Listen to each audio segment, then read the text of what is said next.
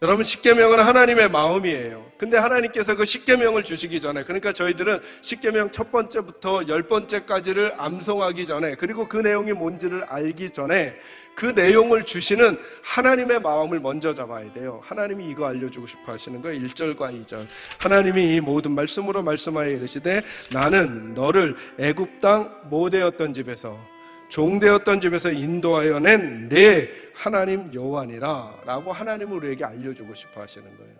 그러니까 저와 여러분이 성경을 읽을 때 마치 다른 책을 읽거나 혹은 다른 베스트셀러를 읽는 것처럼 무슨 내용이 있나 내용을 알려고 하는 게 아니에요. 이 글은 나를 사랑하시는 하나님이, 나를 종되었던 곳에서 건져내시는 하나님이, 내게 새 인생을 주시려는 하나님이 담아놓으신 하나님의 마음이라는 거예요. 그러니까 이스라엘 백성들을 보니까 이스라엘 백성들에게 하나님이 무슨 마음 갖고 계시냐면, 나는 너희를 종되었던 곳에서 건져낸 내 하나님이야. 이게 무슨 소리처럼 자꾸 들리냐면, 난 너희들에게 새 인생을 주고 싶어. 지금까지 살던 거랑 다른 인생을 살게 하고 싶어. 이게 하나님의 마음인 거예요. 저는 이 시간에 여러분에게도 이 음성이 들려줬으면 좋겠어요. 하나님이 여러분에게 새 인생 주고 싶어 하신대요. 그렇게 애굽에서 종살이 하면서 죄의 종의 삶을 살던, 마귀의 밑에서 살던 그런 삶 말고 난 너희에게 새로운 인생을 주고 싶어 라고 하는 게 십계명에 담겨진 첫 번째 하나님의 말씀이라는 거예요. 저는 우리 성도들도 하나님 안에서 새로운 인생이 출발될 수 있기를 주의 이름으로 축원합니다. 첫 번째 계명부터 네 번째 계명까지가 나와요. 근데 이 이야기는 온통 누구의 이야기예요? 하나님의 이야기죠. 그죠? 하나님의 백성들이 하나님께 가져야 될 태도를 이야기하고 있어요. 3절에서 11절은.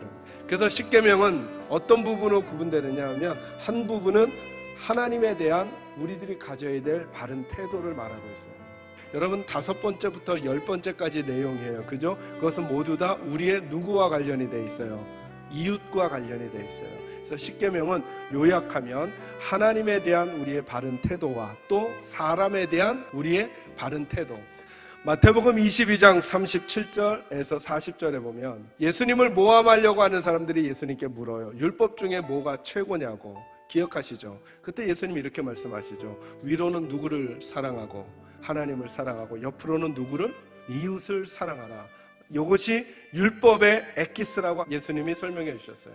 그러니까 율법이라고 하는 게 조항이 많을 거라는 거죠. 규칙이 많을 거라는 거예요. 그리고 우리 모두 삶의 자리가 다르기 때문에 어떻게 살아야 하나님의 말씀대로 사는 것인가 고민이 될 때가 많다라는 거예요. 그때 복잡하게 생각하지 말라는 거예요. 저와 여러분 마음속에 이 원리 두 가지만 딱 담아놓으라는 거예요. 내가 이거 하나님 사랑하기 때문에 하는 것인가, 또 하나 내가 이걸 이웃을 사랑하기 때문에 하는 것인가를 물어보라는 거예요.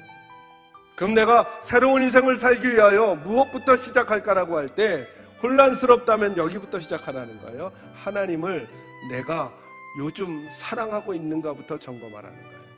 그걸 4가지로 설명해 주신 거예요. 4가지로. 그 첫째가 뭐라고요? 나 외에 다른 신을 내게 두지 말라는 거예요.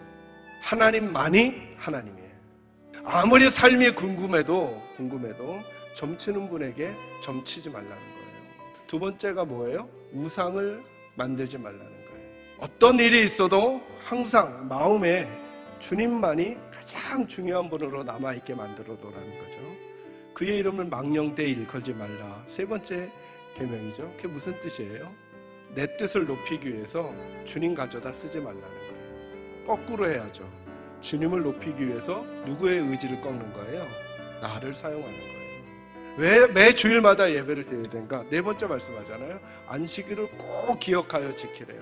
근데 여러분, 안식일에 대한 명령이 긴 거 아시죠? 여기 보니까 8절부터 11절 굉장히 길게 나와요.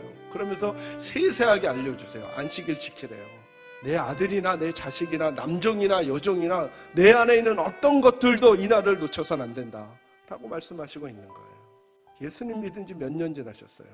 그러면 이제 그 나이에 걸맞는 태도와 몸짓, 마음짓을 가지고 옆에 있는 사람들을 돕고 자기 삶을 꾸려가고, 그리고 하나님에게 쓰임받는 도구로 성장해 가셔야죠.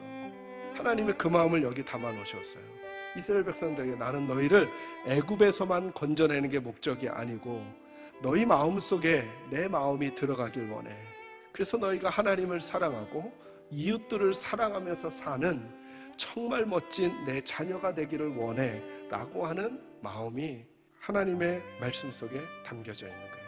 이 십계명을 잘 보면 이런 말로 돼 있죠. 한 부류는 이렇게 하라, 그리고 이렇게 하지 말라, 이렇게 돼 있어요. 그죠? 이건 남을 향하여 하나님께서 지적하라고 하시는 게 아니라 나를 향해서 하나님께서 주시는 말씀이거든요. 그래서 하나님의 말씀에 대한 우리의 반응은 늘 순종과 불순종으로 이어져요. 그리고 하나님은 계속 말씀하셔요. 순종은 하나님께로부터 복을 가져오고 불순종은 하나님께로부터 복이 아닌 다른 걸 가져오게 될 거라고 말씀하고 계셔요.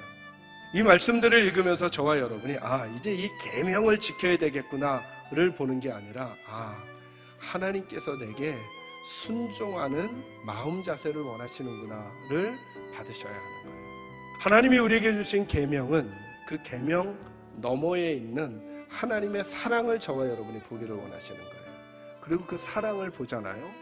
우리는 우리 각자가 다른 인생을 살게 되지만 하나님을 사랑하게 되는 우리로 하여금 하나님께서 어떻게 하나님을 사랑하게 할지, 그리고 어떻게 사람을 사랑하게 할지를 하나님이 우리 안에 알려주실 거예요. 사실은 이 십계명은 하나로 요약이 되는 거예요. 사랑인 거예요. 사랑. 하나님을 사랑하는 거예요. 하나님을 사랑하면 길이 보여요.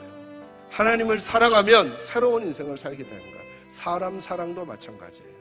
사람 사랑도 사람에게 집중하는 게 아니라 하나님께 집중할 때 사람을 사랑하게 되는 거예요. 하나님만을 하나님으로 섬기고 하나님 앞에서 우상을 섬기지 않고 하나님을 망령되이 일컫지 않고, 그리고 하나님 앞에 하나님이 어떤 분인지를 바르게 예배하게 될 때 우리의 삶의 태도에서 다른 이들에 대한, 나에 대한 바른 태도와 자세가 나와요. 그게 구체적으로 나는 어떻게 할까요? 목사님, 우리 가정은 어떻게 할까요? 하나님을 사랑하면 방법이 여러분에게 떠올라지는 거예요. 그 응답을 여러분 받게 되실 거예요. 그 응답을 받으시면서 하나님과 함께 친밀한 믿음의 삶을 살아가시는 저와 여러분이 되시기를 주의 이름으로 축원합니다.